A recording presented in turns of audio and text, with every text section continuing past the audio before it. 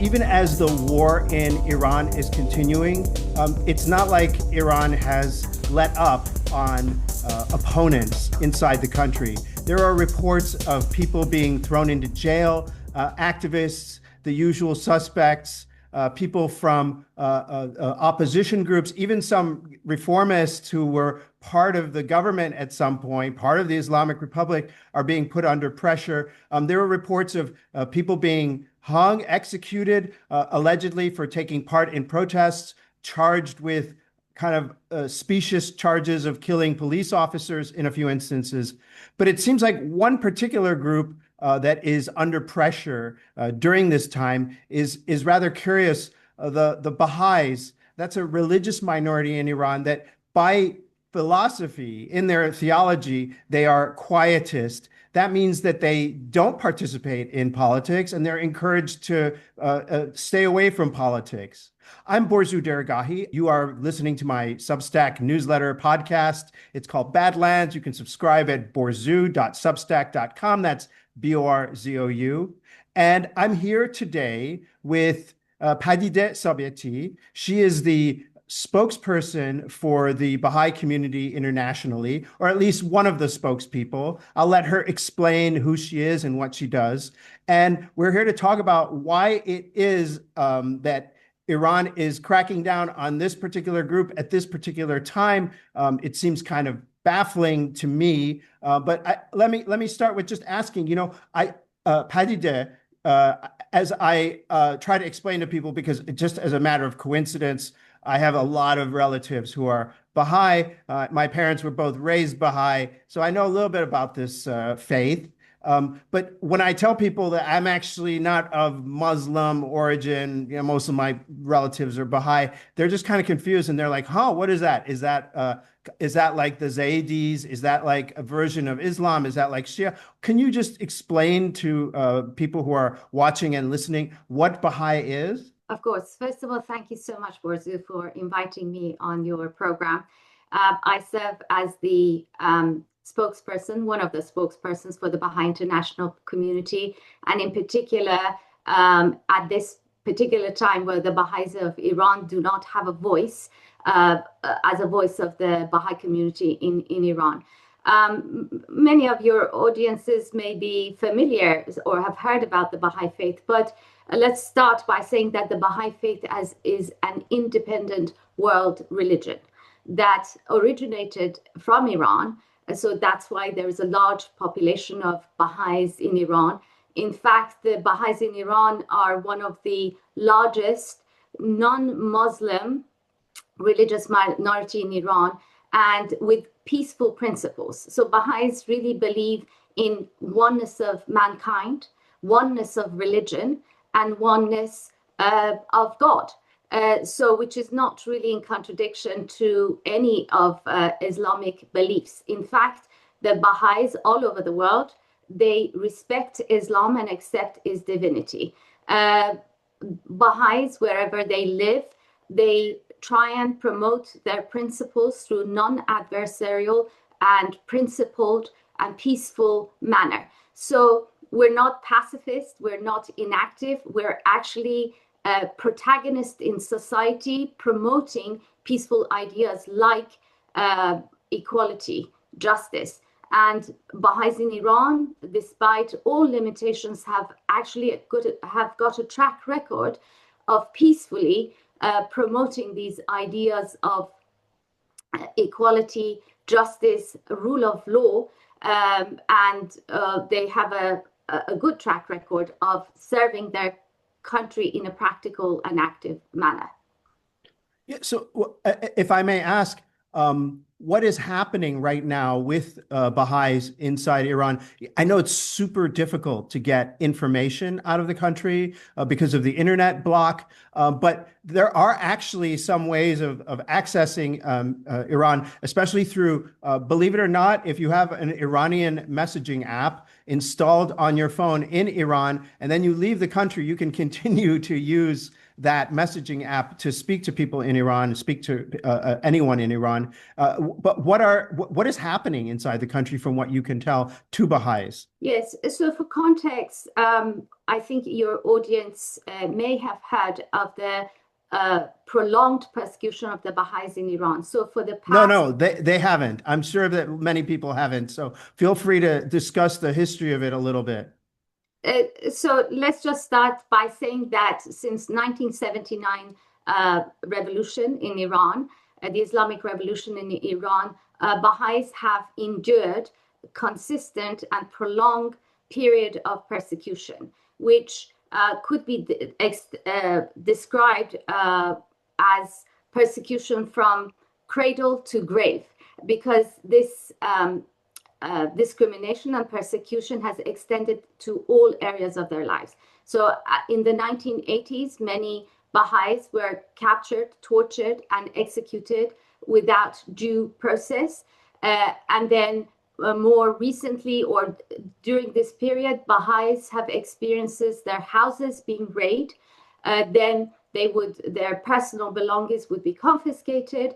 Then they will be arrested. So they go through this revolving doors, and hardly any Baha'i hasn't been immune from this revolving doors of their houses being raided and arrested. And then occasionally they are released on bail. They have to pay exorbitant values to be released on bail, and then to wait for their trials.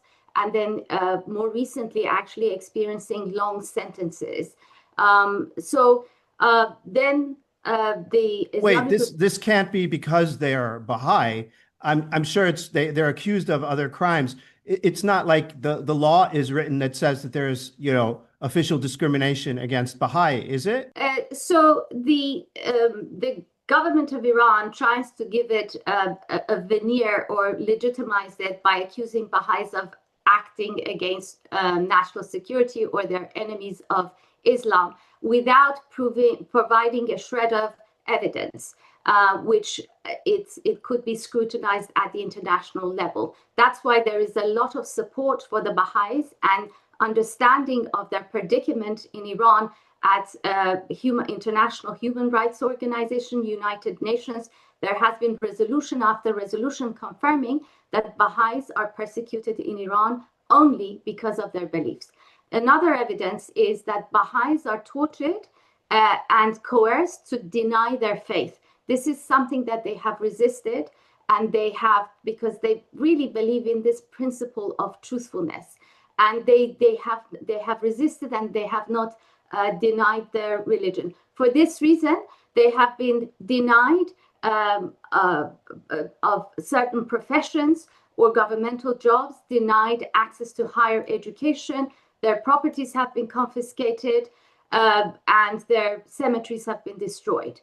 So that's what we mean from cradle to grave. They have experienced persecution at all levels. Is the discrimination codified in any way? Is it like explicit, or is it kind of informal? So at the beginning of the revolution, the Baha'is in Iran would go to the authorities and trying to appeal to access justice systems. But in 1991, there was a document, a secret document, that was actually signed by the late Ayatollah Khamenei, that said in that it was a blueprint that stated that the progress of the Baha'is must be blocked. And then they referred to certain areas, like in universities, if Baha'is, if they actually declare their faith, they said they're Baha'is, they should be expelled. So this document came to the possession of United Nations, and it was revealed to all of us that this is a systematic, state-sponsored persecution. And that's why the case of Baha'is actually came to the international level. The case was referred to International Human Rights Organization to basically ask Iran to respond and stop this systematic persecution of the Baha'is. And in recent weeks, as the war and the sort of, actually, it's not even recent weeks, it's like 3 months of protests, blackout, chaos, human rights abuses, violence, and airstrikes from foreign powers.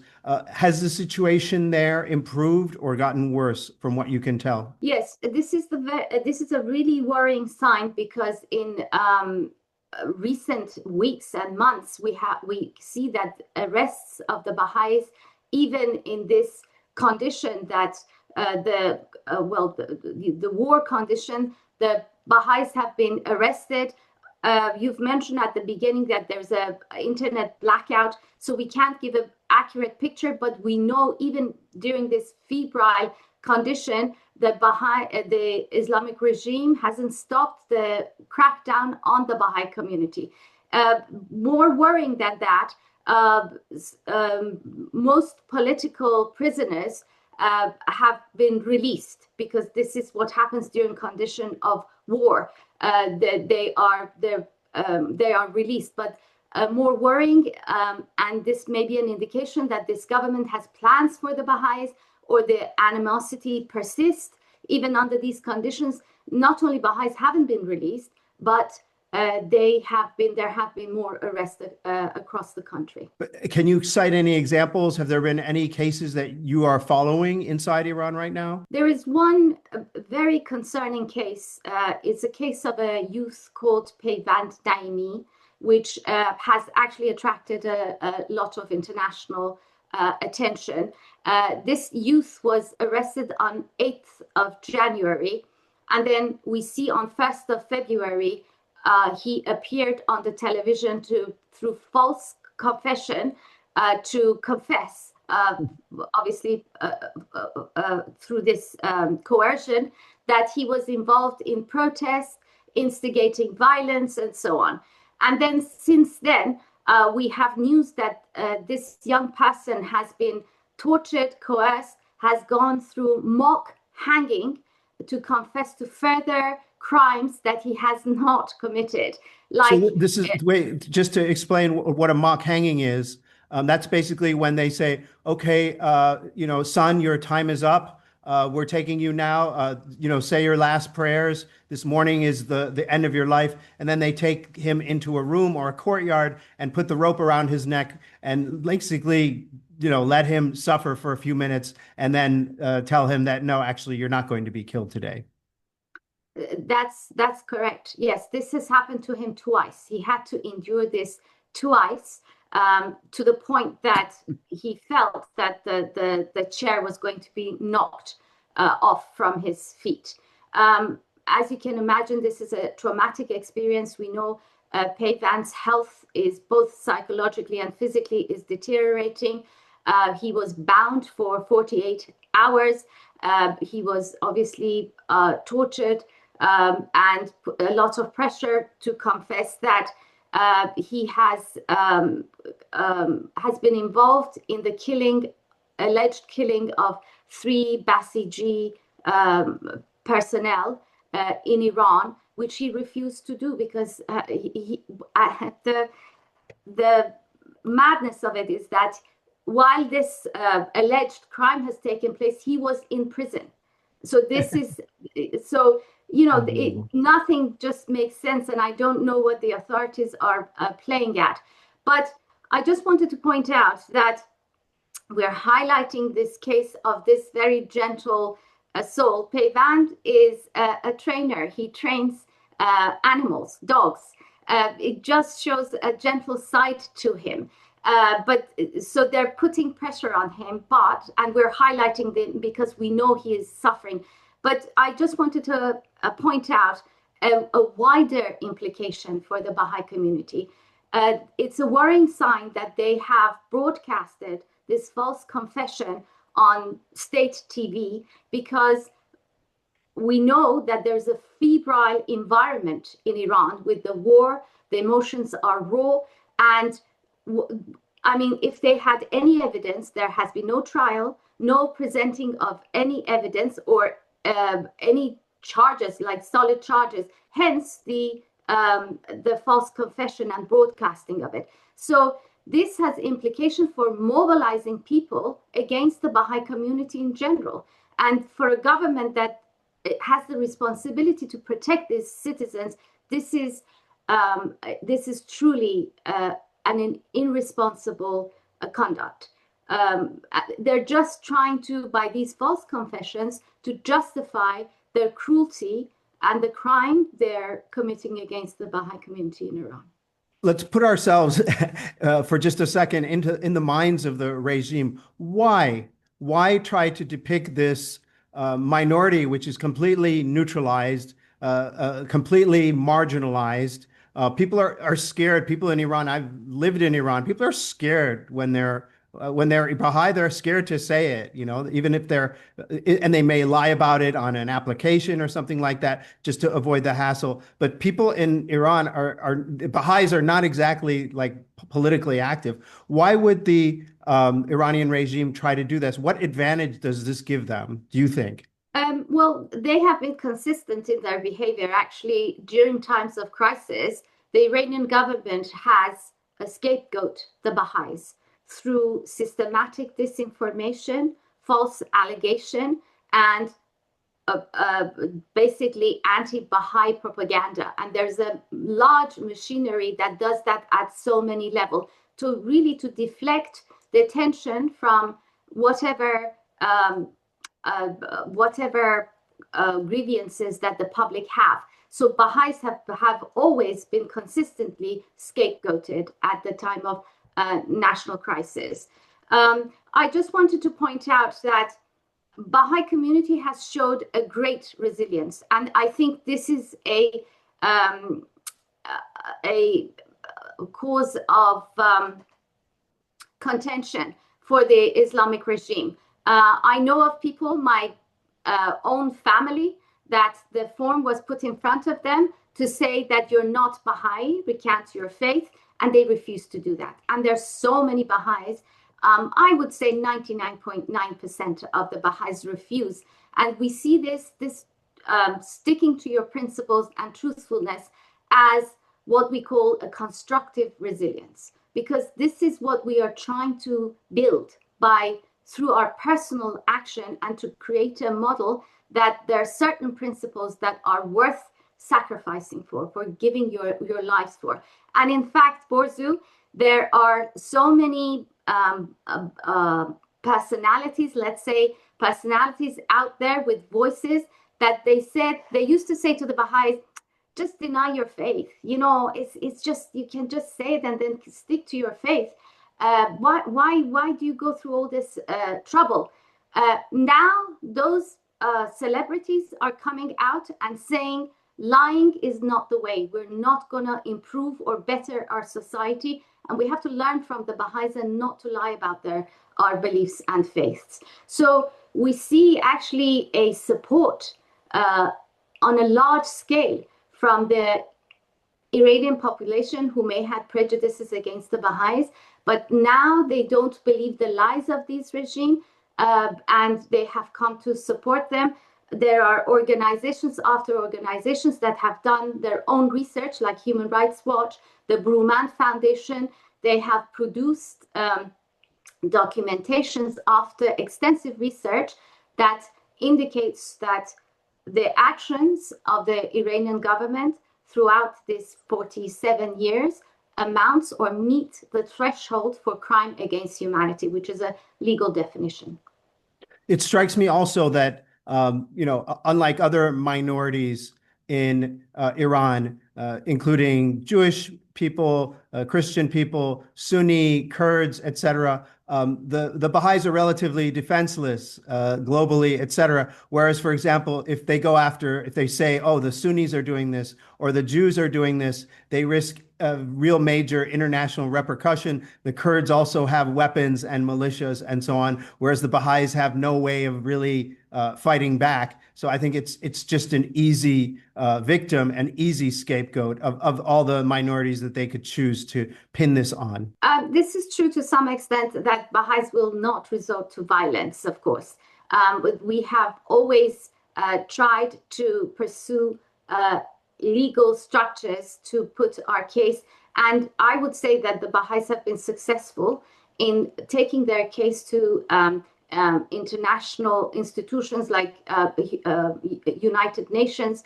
You may be aware that when the fact-finding mission submitted its report. They mentioned the persecution of the Baha'is as a worrying activity that is taking place in Iran, in particular Baha'i women who have been disproportionately affected by this persecution. So I'm actually grateful to various governments around the world who have raised the case of the Baha'is, either publicly. As we speak, there are MEPs, European parliamentarians, and national parliamentarians who are speaking out. There are celebrities who are actually speaking out in the case of Peyvand Naimi and in general persecution of the Baha'is. So we can't complain. We're going to carry on raising awareness because that's the only way that we could raise the case of the Baha'is in Iran. Just a couple questions I wanted to ask, a little tougher questions. Do you think that the Baha'is are in favor of the war right now? Are they supporting the war? Are they against the war? Or are they, like most Iranians, kind of split as a community? You see, the Baha'i community, we have to understand that it's a minority community in Iran. Baha'is are a peaceful body. They are a peaceful community. They don't interfere in politics. They're non-partisan. And what we believe that our actions, the ends, must be consistent with the means. So the Baha'i community submits to the will of the majority in Iran. We believe in a democratic system.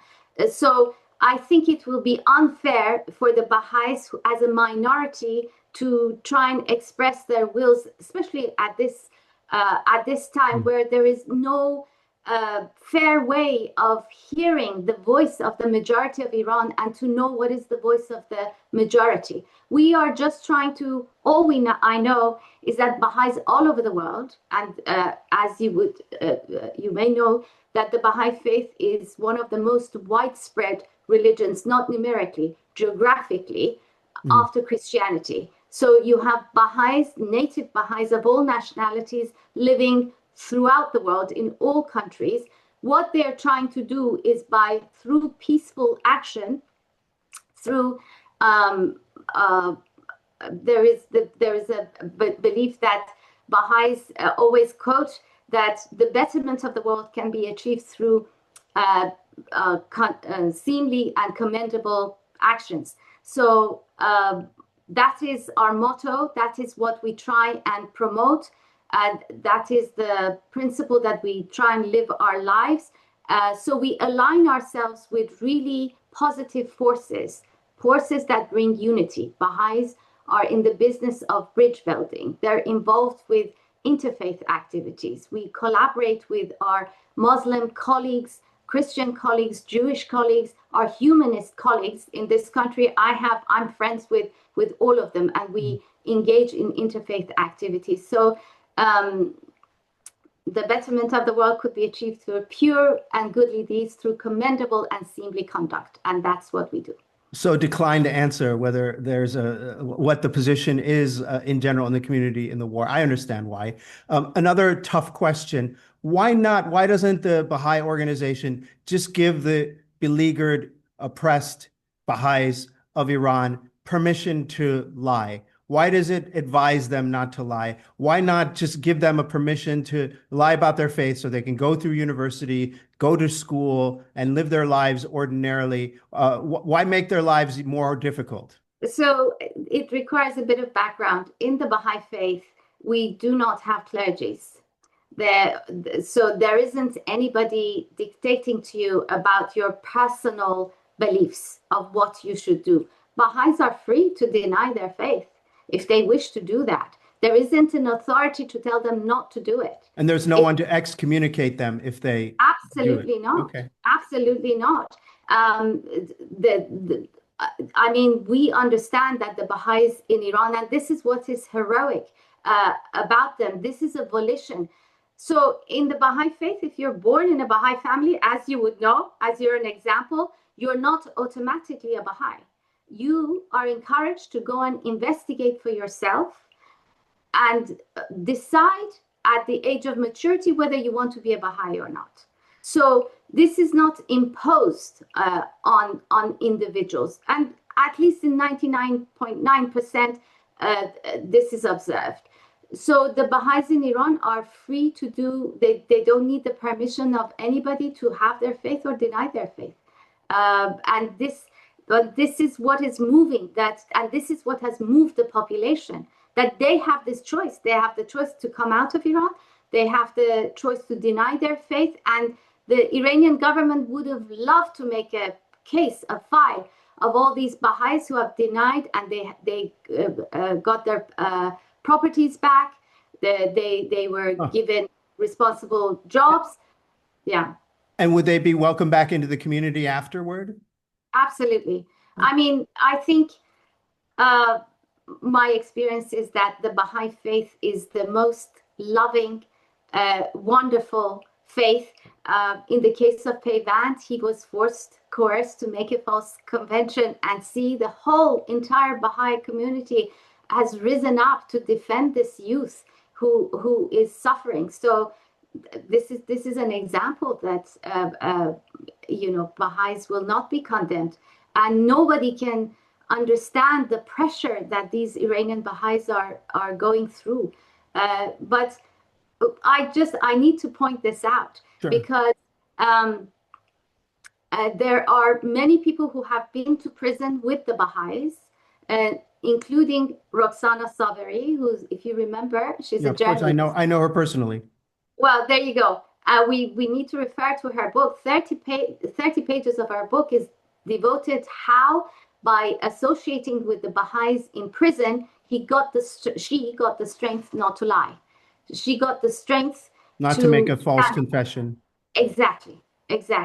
So this is a volition. This is something that Baha'is are trained from the beginning, that truthfulness is the foundation of all human virtues, and you keep reminded. But obviously, we're all human and we're tested, and it's understandable if some people under pressure may deny their religion. But that is a point of contention for the Iranian government, because majority of Baha'is have resisted this and they're admired. And I wanted to ask you this a little bit in the weeds, a little bit detailed. The dispute between the Baha'is and the Shia clergy began in the 19th century, actually.